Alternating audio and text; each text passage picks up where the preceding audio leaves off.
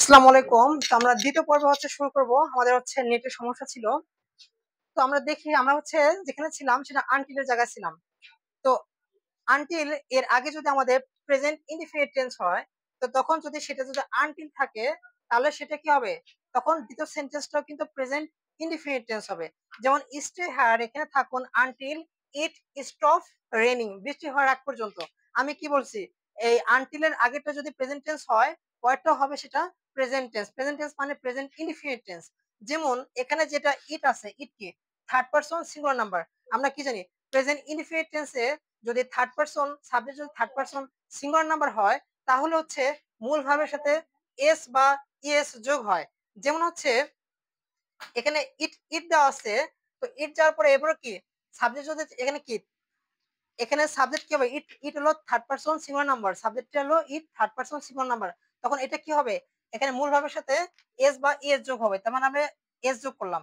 তার মানে কি স্টপ স্টে হিয়ার, এখানে থাকুন আনটিল ইট স্টপস রেইন, বৃষ্টি বন্ধ হওয়ার আগ পর্যন্ত। আনটিল মানে কি? এটা আগ পর্যন্ত বোঝায়। তো একটা নিয়ম শেষ।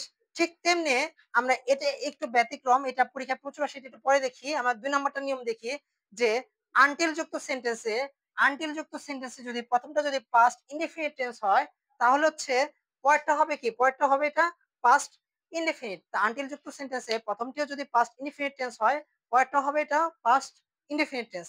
যেমন এখানে আছে আই ওয়েটেড, আমি এখানে অপেক্ষা করেছিলাম ফর মাই ফ্রেন্ড, আমার বন্ধুর জন্য। ফর মানে কি? বাংলাটা হলো জন্য। ফর মাই ফ্রেন্ড, আমার বন্ধুর জন্য এখানে অপেক্ষা করেছিলাম আনটিল হি ড্যাশ। তার মানে কি? আমি কি বলছিলাম যে আনটিল যুক্ত সেন্টেন্সে প্রথমটা যদি হয় প্রেজেন্ট ইনডিফিনিট টেন্স, পরেরটা হবে প্রেজেন্ট ইনডিফিনিট টেন্স।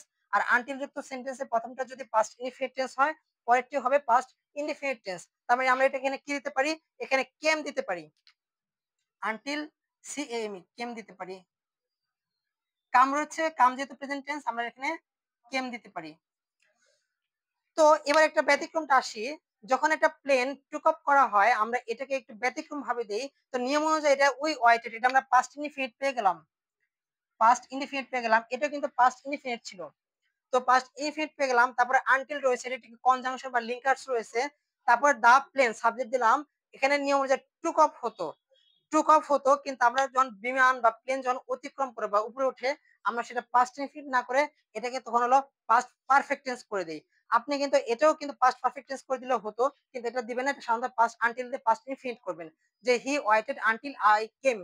তো এ পর্যন্ত হয়েছে। ঠিক তেমনি এটা যেহেতু পাস্ট, আমরা শুধুমাত্র কি প্লেন টুক অফের ক্ষেত্রে আমরা এটাকে টেক অফ না দিয়ে আমরা কি হ্যাড টেকেন অফ দিব।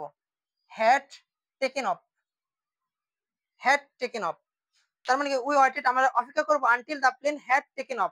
প্লেনটা কি মানে টেক অফ করার আগ পর্যন্ত, মানে যে যখন রানওয়ে থেকে যখন উপরের দিকে ওঠে তখন সেটা টেক অফ বলা হয়। এই মুহূর্তে আগ পর্যন্ত আমরা সেটা করব। তো এই আমাদের আনটিলের ব্যাপারটা গেল। এই আনটিল দুইটাই সাধারণত আপনাদের প্যাচ লাগার কারণ কোনো কিছু নাই। আপনার যদি এখানে পাস্ট পারফেক্ট মনে না হয়, পাস্ট ফিট করে দিতে পারবেন, তাও সেটা হবে। তবে সাধারণত আপনি এটা এমসিকিউ তে যখন পাস্ট পারফেক্টনেস, এটা ছাড়া আপনি পাস্ট ফিট পাবেন না, এটাকে সাধারণত পাস্ট পারফেক্টনেস দিয়েই পাবেন। তো ওরা এটা দিয়ে দেয়, এটা একটু ব্যতিক্রম এই আর কি। তাছাড়া বাদ বাকি নিয়মগুলো সব সেম। এবার আমরা দেখি অ্যাজ ইফ এবং অ্যাজ দো। তো কোনো সেন্টেন্সে যদি অ্যাজ ইফ বা অ্যাজ দো থাকে, সেটা কিছু নিয়ম রয়েছে। তো অ্যাজ ইফ বা অ্যাজ দো এটা একটি কনজাংশন। এই ধরনের কনজাংশন ওয়ার্ড যদি কোনো সেন্টেন্সে, দুটো সেন্টেন্সের, এখানে সেন্টেন্স না, এগুলো ক্লোজ বলা হয়, দুটো ক্লোজের মাঝখানে থাকে, তাহলে প্রথমটি যদি প্রেজেন্ট ইনডিফিনিট টেন্স হয়, পরেরটি হবে কি পাস্ট ইনডিফিনিট টেন্স। যেমন হি টক্স, সে কথা বলেছিল, অ্যাজ ইফ যেন, হি ড্যাশ হি মেট। আমরা বিকে বাংলা কি হয়? বিকে বাংলা হয় am is are was were. Am is are was were. তো আমরা জানি যখন এম ইজ আর এটা হলো প্রেজেন্ট টেন্স ব্যবহার করা হয়, এবং ওয়াজ ওয়ারটাকে এটা পাস্ট টেন্স ব্যবহার করা হয়। এটা ব্যবহার করা প্রেজেন্ট টেন্স, এটা ব্যবহার করা পাস্ট টেন্সে। কিন্তু এখানে আমি বলেছিলাম অ্যাজ ইফ এবং অ্যাজ দো যুক্ত সেন্টেন্সের প্রথমটা যদি প্রেজেন্ট ইনডিফিনিট টেন্স হয়, পরেরটা এটা হবে পাস্ট টেন্স, মানে পাস্ট ইনডিফিনিট টেন্স। কিন্তু আর বি বাংলায় কি আমাদের ওয়াজ বা ওয়ার হয়। কিন্তু যেহেতু আমাদের বলছে অ্যাজ ইফ এবং অ্যাজ দো, এটা একটি কি সাবজাংটিভ, মানে কল্পনা প্রসূত কথা, মানে যেন, মানে এটাকে বাস্তবতার কোনো ভিত্তি নেই। তো যেন যেহেতু কথা কল্পনা প্রসূত, সেজন্য আমরা কি ওই যেরকম আমরা দিয়েছিলাম আই উইশ এবং আই ফ্যান্সি, এর জন্য আমরা ওয়াজ না দিয়ে ওয়ার দিছিলাম। ঠিক তেমনিও এটা ওয়াজ না দিয়ে এটা আমাদের ওয়ার দিতে হবে। He were a mat. তো বি ভেঙে আমরা দিয়ে দিই, ওয়ার দিয়ে দিই, হি ওয়ার ম্যাট। ঠিক আছে? সে এমনভাবে কথা বলে যেন সে পাগল।